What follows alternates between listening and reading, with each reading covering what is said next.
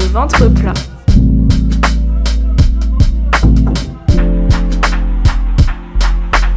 On va parler du gras du ventre. C'est si bon.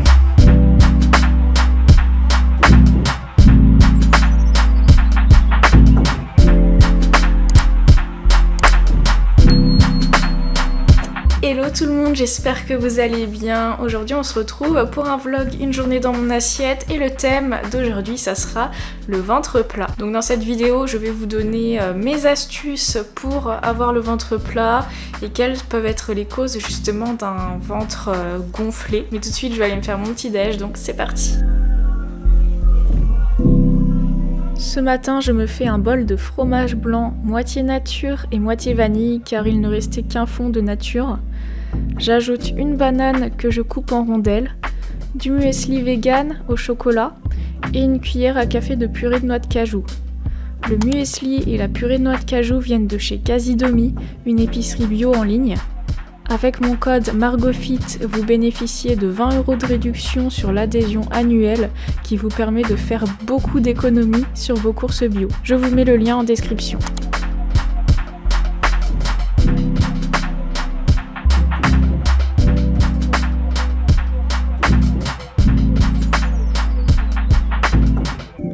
Donc moi aujourd'hui j'arrive à peu près à avoir le ventre plat. Bien sûr mon ventre est plus ou moins plat en fonction du moment de la journée, c'est-à-dire que le matin à jeun il va être plat et le soir il va être plus ou moins plat, parfois il va être très gonflé, parfois il va pas être gonflé. Voilà, faut savoir qu'on n'est pas tout le temps plat H24, même si sur les photos bien sûr je me mets à mon avantage, je vais pas vous poster des photos de moi avec un ventre complètement ballonné, donc faut avoir conscience aussi de ça, que les influenceurs fitness entre guillemets sur les réseaux n'ont pas toute la journée, tous les jours, le ventre plat et se montrent toujours sur leurs meilleurs angles sur leurs photos Instagram. Ça c'est super important à rappeler. Donc ne culpabilisez pas ou ne complexez pas si il y a un moment dans la journée vous avez plus le ventre plat, c'est tout à fait normal. Mais ceci dit, j'ai pas toujours eu un ventre plat la plupart du temps. C'est-à-dire qu'avant quand j'étais ado et que j'ai pris pas mal de poids, je vous mets la photo que je vous mets d'habitude de mon adolescence parce que c'est la seule que j'ai où on voit vraiment mon corps. Donc à ce moment-là, j'avais pas du tout le ventre plat. Pourquoi? Parce que j'avais le ventre gras, j'avais un surplus de graisse au niveau du ventre et dans ces cas-là c'est difficile d'avoir un ventre plat en fait, tout simplement. Et ensuite j'ai perdu du poids etc. Mais c'est pas pour autant que j'avais le ventre plat. Après j'ai eu des gros soucis de ballonnement, ce qui fait que j'avais tout le temps, tous les jours, le ventre gonflé et ça me créait aussi, le fait d'être ballonnée tout le temps, ça me créait une dysmorphophobie, c'est-à-dire que je me voyais beaucoup plus grosse que ce que j'étais justement à cause de mon ventre qui gonflait. C'est-à-dire qu'à 48 kg, pour 1m58, je me trouvais toujours grosse par exemple. C'était notamment à cause des problèmes de ballonnement. J'ai pas de photos de mon ventre, comment il était ballonné avant parce que c'était vraiment un délire. Hein. Genre j'avais vraiment un ventre de femme enceinte en fin de journée. Tous les jours, ça me complexait énormément et surtout ça me faisait souffrir parce que quand t'es ballonné en général c'est pas agréable, c'est douloureux et franchement ça me gâchait un petit peu la vie. Lorsque les ballonnements commencent à te gâcher la vie, c'est pas normal. C'est normal d'être ballonné de temps en temps, ça arrive, mais être ballonné tout le temps H24 tous les jours au point que ça handicape ta vie, là par contre il y a un souci et c'est pas normal. Donc là je vais me mettre au travail et je vais vous parler un petit peu plus de ça tout à l'heure après le déjeuner. Bon là il est 11 h et je pense que je vais m'entraîner avant de manger. Donc je vais vous filmer mon petit entraînement, ça sera un entraînement haut du corps. Donc c'est parti!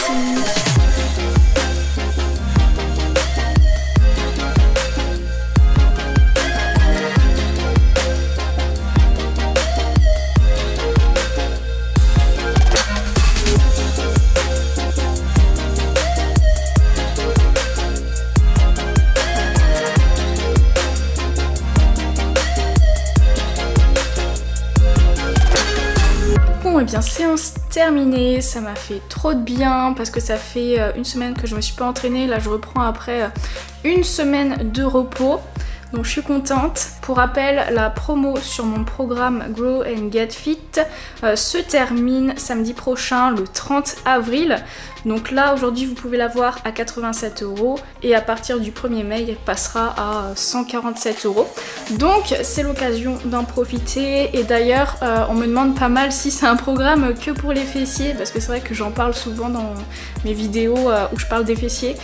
On muscle tout le corps dans le programme. Il y a 2 séances ciblées jambes, fessiers, et il y a 2 séances haut du corps par semaine. Vous pouvez choisir de faire que 3 séances si vous pouvez pas faire plus, bien sûr. Donc on travaille absolument tout le haut du corps, et là les exercices que je vous ai montrés, c'est des exercices qu'on fait très régulièrement dans le programme. Alors rassurez-vous, hein, si vous ne savez pas faire de traction, justement il y a tout un process pour vous apprendre à en faire, parce que les tractions c'est quand même super efficace comme exercice. Donc le programme est disponible en version maison ou salle de sport. Moi je fais la version salle de sport parce que je suis très bien équipée chez moi.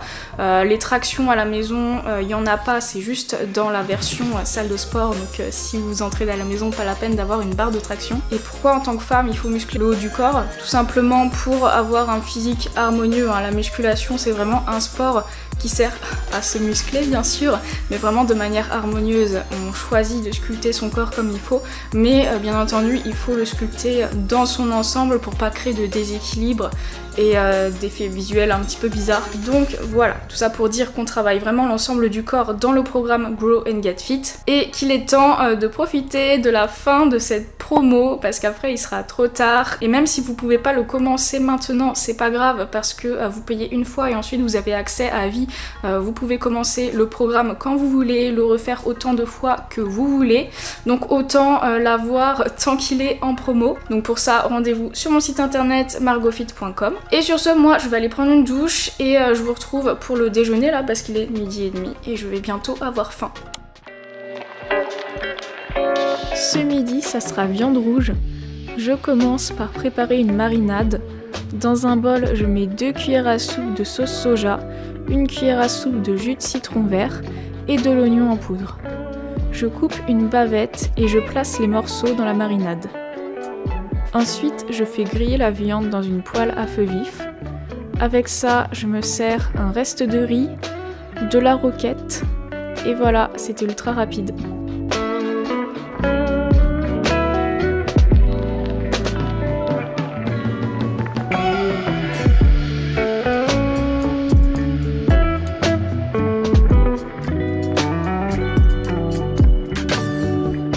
Donc je vous ai parlé ce matin un petit peu des ballonnements, et du coup on va un petit peu plus approfondir là-dessus. Je parlerai du gras au ventre tout à l'heure après le goûter. Je tiens à préciser par contre que je ne suis pas du tout une spécialiste des ballonnements, je ne suis pas une spécialiste de la digestion et de la flore intestinale, donc des éléments qui peuvent être impliqués justement dans les ballonnements. Ceci dit, j'ai quelques notions de base à ce sujet et j'ai expérimenté également sur moi, donc je vais vous parler de ça. Mais si vous avez un réel souci de ballonnement, n'hésitez pas à consulter un médecin. En tout cas, ce que je peux vous dire, c'est que les ballonnements en général sont liés à une mauvaise nutrition. Alors mauvaise dans le sens mauvaise pour vous, c'est-à-dire que vous consommez des aliments que vous digérez peut-être pas, peut-être que vous avez des petites intolérances que vous ne savez pas. Et donc la mauvaise nutrition, c'est dû, par exemple si vous consommez tout le temps, tous les jours, depuis longtemps des aliments ultra transformés et que vous avez une alimentation totalement déséquilibrée, il est possible que ce soit assez compliqué à digérer et il est possible que vous n'apportiez pas tous les nutriments nécessaires dans le sens micronutriments, vitamines, minéraux, oligo-éléments qui interviennent dans une bonne digestion. Également, il est possible que vous mangiez tout à fait équilibré mais que quand même vous ayez des ballonnements quotidiens. Donc là, c'est sûrement dû à un aliment en particulier ou plusieurs que vous ne digérez pas mais vous ne savez pas lesquels. Alors ça peut être dû également à autre chose, hein. Ça peut être dû au stress, ça peut être dû également à une dysbiose, c'est-à-dire un déséquilibre de la flore intestinale, etc. Mais moi je suis pas du tout spécialisée là-dedans. Moi si j'avais eu des ballonnements par le passé, même en mangeant vraiment très sainement. C'est-à-dire que je mangeais vraiment sainement dans le sens où vraiment je consommais aucun sucre ajouté, aucun aliment industriel, enfin rien à voir avec aujourd'hui où je suis beaucoup plus flexible dans mon alimentation. J'étais vraiment dans l'extrême du trop healthy ou rien quoi. Donc ce que j'essaye donc tout ce que je ne fais plus aujourd'hui. Mais à cette époque-là, j'étais plutôt mince, je mangeais de manière très propre, très peu d'écart, etc. Très peu d'aliments industriels et pourtant j'étais ballonnée au quotidien. En fait, c'est qu'il y a un aliment que je consommais tous les jours que je ne soupçonnais absolument pas parce que pour moi c'est un aliment sain qui me provoquait des ballonnements. J'en avais déjà parlé dans une vidéo ici où je raconte un peu ça en mode story time. Et en fait, c'était le soja. Donc l'aliment en question, c'était des flocons de soja toasté. Je mangeais ça tous les matins et je trouvais cet aliment vraiment miraculeux en termes de macronutriments, c'est-à-dire qu'il y a énormément de protéines et très peu de glucides. Donc je mangeais ça tous les matins pour augmenter mon quota de protéines et diminuer mes glucides. Et en fait ça me provoquait des ballonnements qui arrivaient dans l'après-midi, donc pas tout de suite après, ça arrivait dans l'après-midi, en général tout de suite après mon repas du midi. Je commençais à être ballonnée et mon ventre gonflait au fil de l'après-midi jusqu'au soir, jusqu'à ce que j'ai vraiment un ventre de femme enceinte. J'étais obligée en fait de mettre des tenues amples par-dessus mon pantalon pour pouvoir déboutonner mon pantalon dans l'après-midi parce que c'était vraiment un délire assez particulier. Ça m'a fait ça très longtemps et puis au bout d'un moment j'en pouvais plus quoi.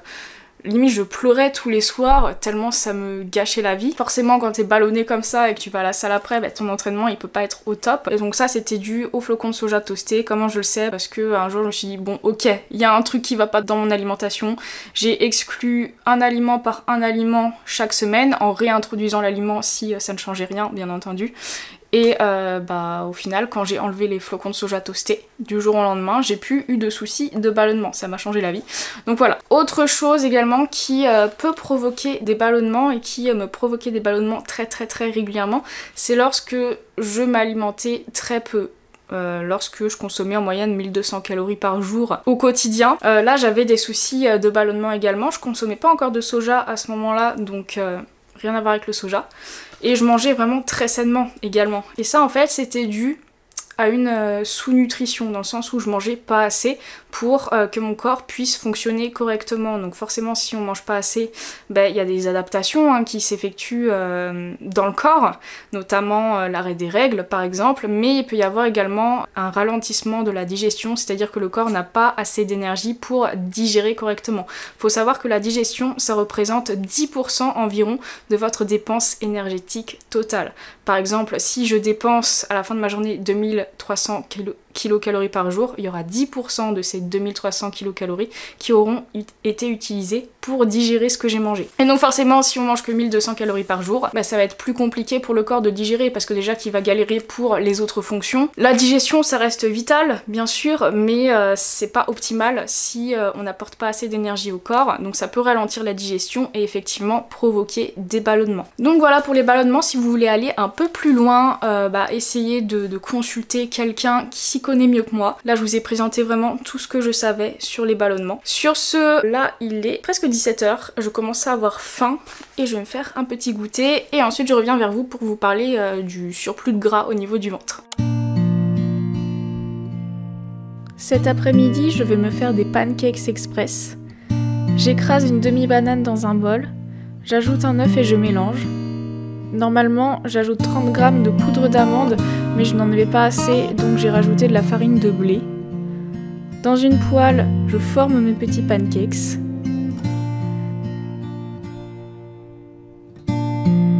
Pour le topping, je coupe l'autre moitié de la banane, je coupe quelques fraises et j'ajoute de la purée de noix de cajou.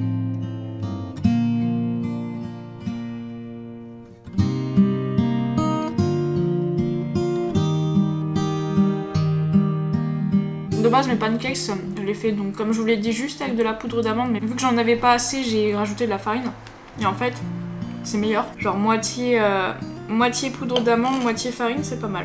Ah puis avec le topping là, je vous raconte pas, le délice. C'est limite meilleur qu'avec de la pâte à tartiner.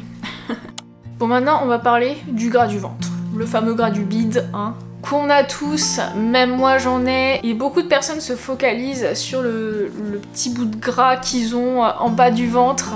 mais ça c'est très compliqué à faire partir si on n'a pas un taux de masse grasse très faible, et avoir un taux de masse grasse très faible c'est pas sain, c'est pas bon pour la santé à long terme, et surtout ça demande énormément de sacrifices et c'est pas tenable.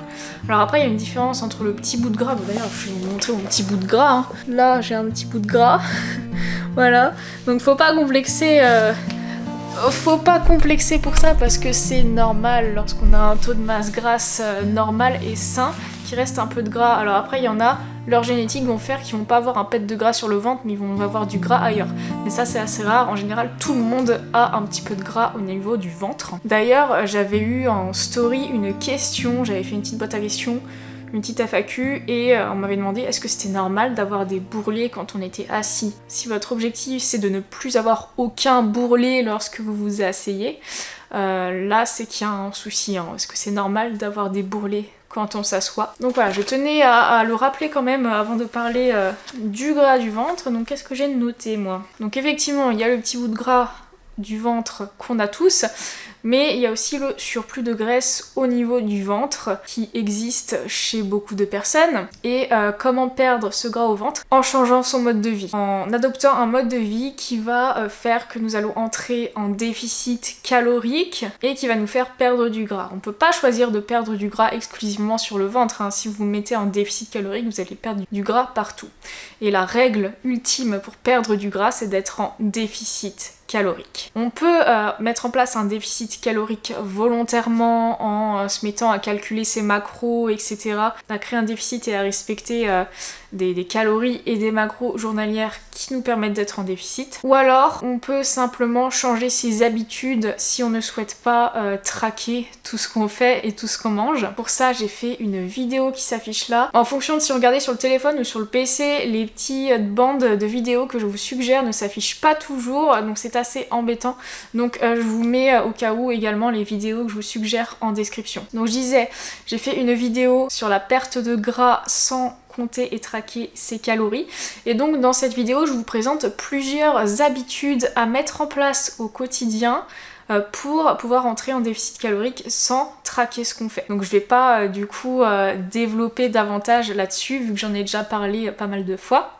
Vous trouverez également plein de conseils sur mon compte Instagram. Ceci dit, l'habitude qui peut être très efficace, que je vais quand même rappeler ici, c'est d'être plus actif au quotidien. Essayer de marcher, essayer de faire plus de pas que d'habitude. Par exemple, si votre téléphone ou votre montre vous indique qu'en moyenne vous faites 2000 pas par jour, essayez de faire 6000 ou 8000 pas par exemple. Je parle beaucoup de la marche dans une vidéo que j'ai faite ici, donc spéciale marche, où je vous donne mes astuces pour marcher plus au quotidien, et je vous parle également des bienfaits de la marche. Mais un des bienfaits de la marche justement, c'est d'augmenter significativement sa dépense calorique, et donc ça nous permet éventuellement d'entrer en déficit calorique si on ne change rien à sa nutrition. Et donc ça pourrait vous permettre effectivement de perdre le gras du ventre. Idée reçue pour perdre le gras du ventre, c'est faire des abdos. Faire plein d'exercices d'abdos qui brûlent au niveau du ventre, mais c'est pas votre gras qui brûle quand vous faites ces exercices. Ce sont les muscles de votre sangle abdominale. Et les muscles à graisse, ce ne sont pas les mêmes tissus, donc c'est pas parce que vous vous musclez le ventre que vous allez perdre du gras au ventre. Pas du tout. Donc ça ne sert à rien de s'acharner sur les exercices d'abdos. Et si jamais vous voulez faire de la musculation, du renforcement musculaire, c'est pas du tout vers ces exercices-là qu'il faudra vous tourner pour perdre du gras. Il y a des exercices qui sont beaucoup plus efficaces car qui permettent de dépenser plus d'énergie que vos exercices d'abdos. Ces exercices qui permettent de dépenser plus d'énergie, ce sont les exercices polyarticulaires dont je parle tout le temps en vidéo. Et donc lorsque vous faites de la musculation, favoriser les exercices polyarticulaires vous permettra de faire des séances qui vous auront fait dépenser plus d'énergie. Donc ça augmentera votre dépense calorique totale, et au même titre que la marche, ça vous permettra éventuellement d'entrer en déficit calorique sans forcément vous en rendre compte si vous ne changez rien à votre nutrition. Et donc sur le long terme de perdre du gras, et donc probablement le gras du ventre. Donc voilà, si vous avez un surplus de gras au niveau de la sangle abdominale, mais sur n'importe quelle partie de votre corps également, c'est votre mode de vie qu'il faut revoir. Je vous parlais de ne pas changer votre nutrition par rapport au déficit calorique, donc ça passe par effectivement augmenter son activité physique, marcher. Si vous faites de la musculation, choisir des bons exercices qui permettent de dépenser plus d'énergie. Mais bien sûr, ça passe également par la nutrition, revoir un petit peu son alimentation, essayer de cuisiner davantage sans forcément passer 3 heures heures en cuisine, hein. Vous pouvez très bien vous inspirer de mes recettes qui sont, je vous le garantis, très rapides à faire. Hein. Parce que moi-même je n'aime pas passer trop de temps en cuisine. Pour moi cuisiner ça doit me prendre 10 voire 15 minutes maximum. Donc l'idée au niveau de la nutrition c'est de rééquilibrer son alimentation tout en faisant des recettes qui vous font plaisir et qui sont pratiques pour vous à faire. Donc voilà, ça va être ce changement de mode de vie là qui vous permettra sur le long terme de perdre du gras et donc le gras du ventre. Bon, et bien il est bientôt l'heure de manger, donc je vous retrouve tout à l'heure pour le dîner. Et d'ailleurs je vais faire une recette trop bonne, j'ai trop hâte. Ce soir ça sera des pâtes. Quand mes pâtes sont cuites, je rajoute un peu de beurre et de sel. Pour accompagner, j'ajoute de la noix de bœuf, des tomates cerises et une demi-burrata. Ultra simple, rapide et très gourmand.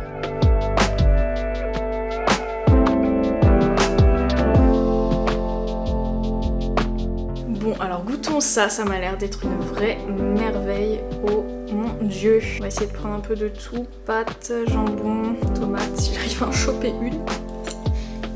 Oh mon dieu. Ah, les tomates cerises ça apporte de la fraîcheur, c'est trop agréable. Ah puis la burrata. C'est si bon. Ah mais là je valide de ouf.